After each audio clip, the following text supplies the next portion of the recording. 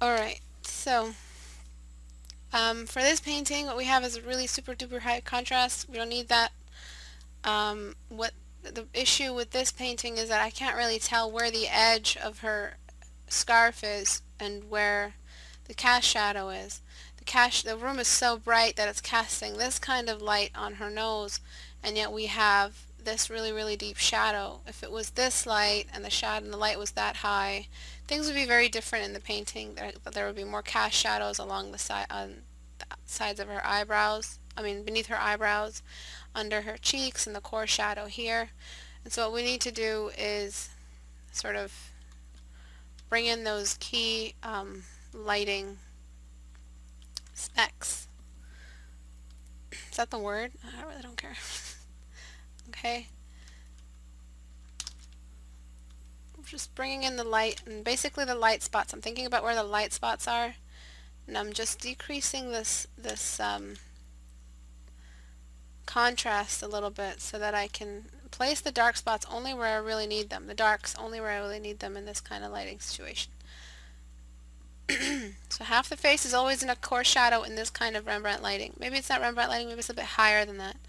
Um, but yes, there would still be a core shadow halfway across the core shape, which is the spherical square shape of the head. Okay, so I'm just thinking about reflected light at this point and trying to lighten everything up. I'm not using any core shadows, dark spots just yet. The cast shadow of the nose would stretch to be that low, but not that dark just yet, and not that sharp either. Remember, this is a rule. This rule can't really be refuted. The further away an object is from the light, the more faded its shadow is, the less contrast it has. The closer it is to the light, the sharper its shadow is, the more contrast it has. Okay? So remember that, please. The nose shadow won't be as sharp as the shadow of her scarf on her head. It will be a little less edged out, more faded. Give me a sec, let me just load Nevas.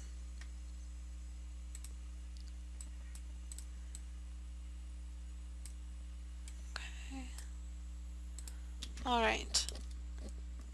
So I'm thinking now about the way the face rotates and the curvature of the face and how it moves away from the viewer.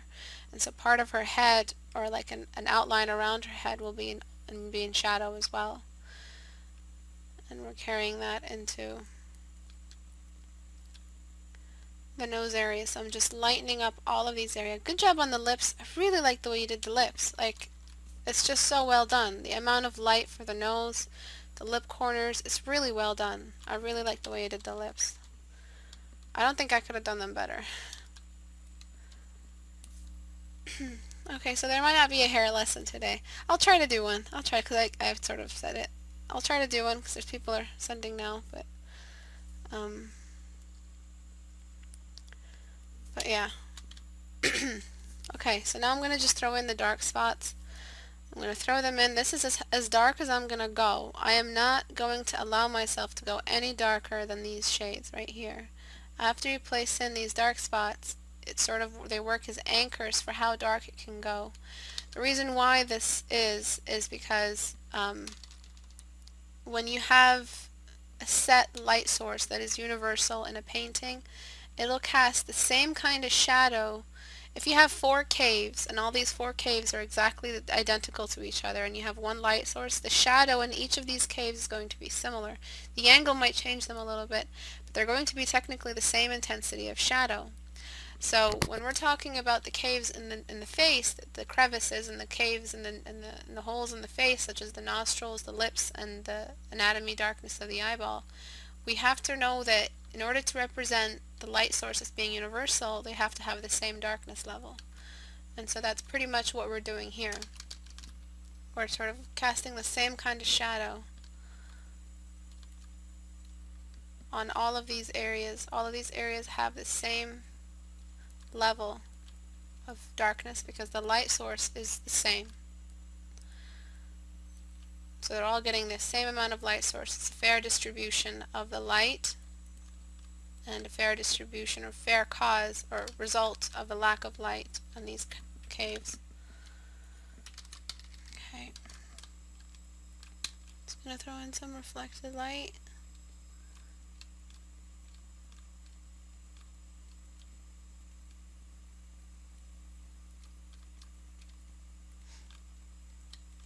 Need a Cupid's bow in there. Everybody's got one.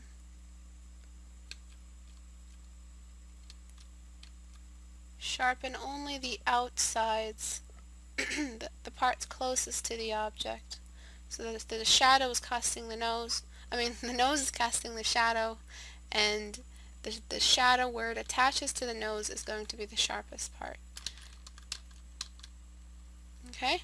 So I'm not working too hard on the edges, I'm just trying to get the basic values down. So now I'm going to darken her lash line. Then I'm going to throw the shadow of the eyeball on the face, on the eyes. The shadow of the upper eyelid on the eyeball. Don't forget that, it's really important.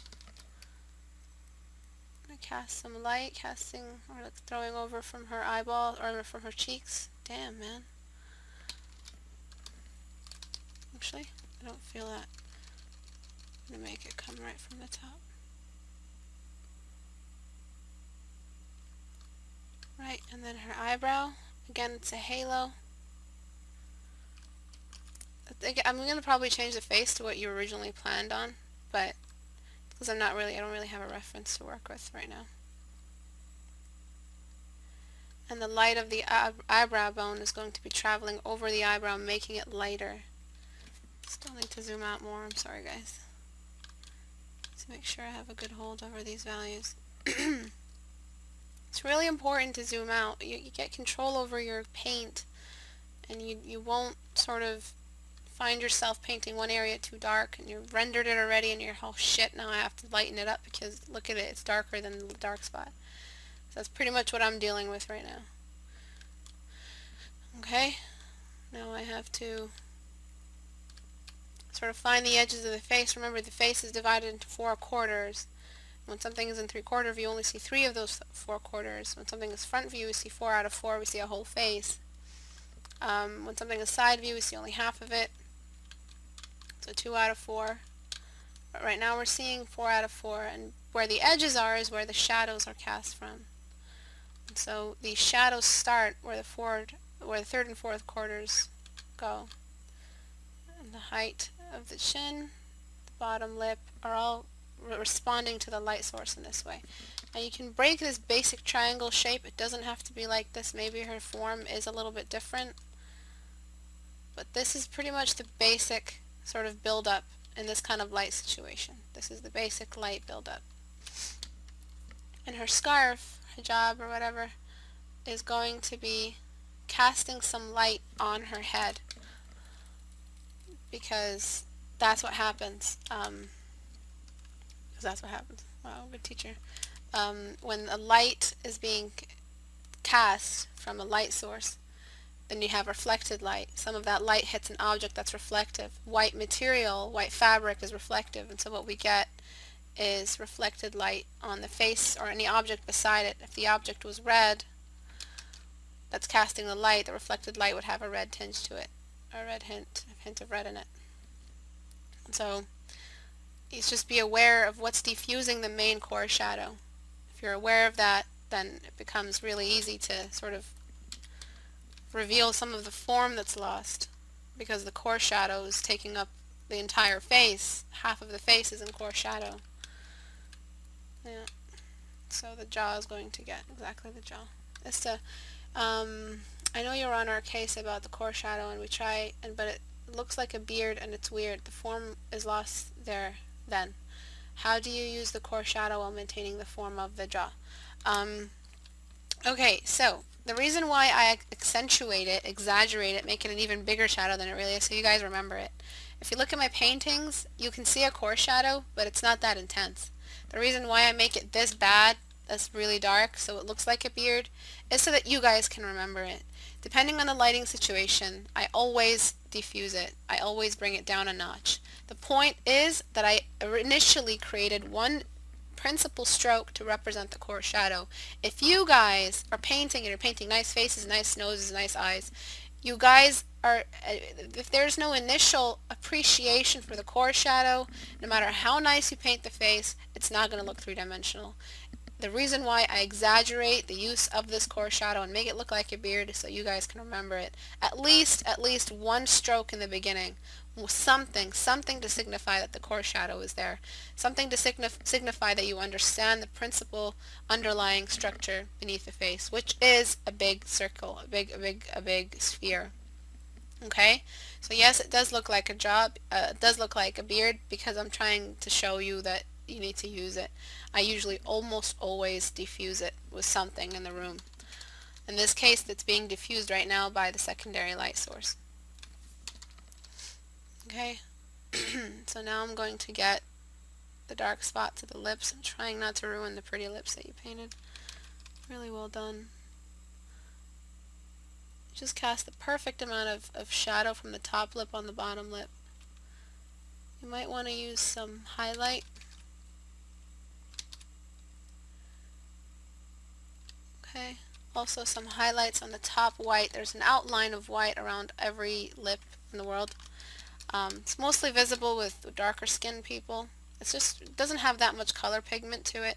It's sort of like a, I don't know really what its function is. It's just stretched skin. I guess it's the point where skin becomes different between lip skin and face skin. But you need a little bit of that. I'm also going to get, because you initially started with high contrast, so it was too light, I'm going to bring down the lightness a little bit by getting a mid-tone and just brushing it over everything.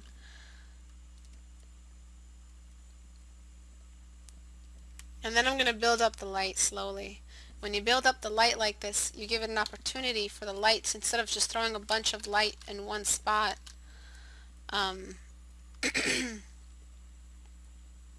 What you're doing is, instead of doing this, you do this, so that you show where the high point is of the cheek. Now, I don't actually paint this high. I'm not going to use this tone. I'm just using that for a demonstration.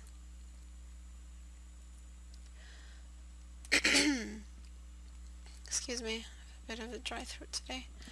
Okay, so I'm going to just start doing that. Build up the highlights of the cheeks, of the nose, and the nose bridge. The highlight of that forehead. Now listen, there's the part on the forehead here that's the brightest. What it does, it's going to diffuse the edge of the shadow. The edge of the shadow is going to be blurred only in that area because it's so bright, the reflective of light is so bright on the forehead, it's canceling out the edge a little bit, and what we get is this sort of diffused edge right over here.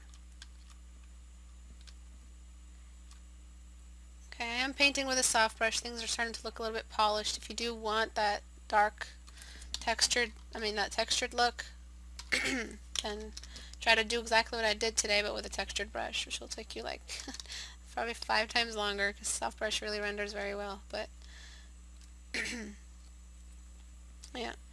Alright, so I'm just casting some shadows from the forehead, from the eyebrow bone onto the eye. And then I'm going to bring in some of that light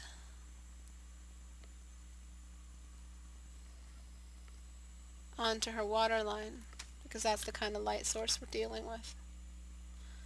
The waterline is reflective. Remember, there's reflective and then there's core shadow lights, the basic core shadow system. The reflective lights, highlights, are found in areas that have reflective material, so oily substances or moisture or mirror or glass. So the eye, of course, has a lot of water on it, so it's going to be very reflective. I'm also going to get some of that diffused light from the shirt, and from the hijab, the scarf, and it's going to be canceling out some of the core shadows. So that's basically what diffused light does. It cancels out core shadows.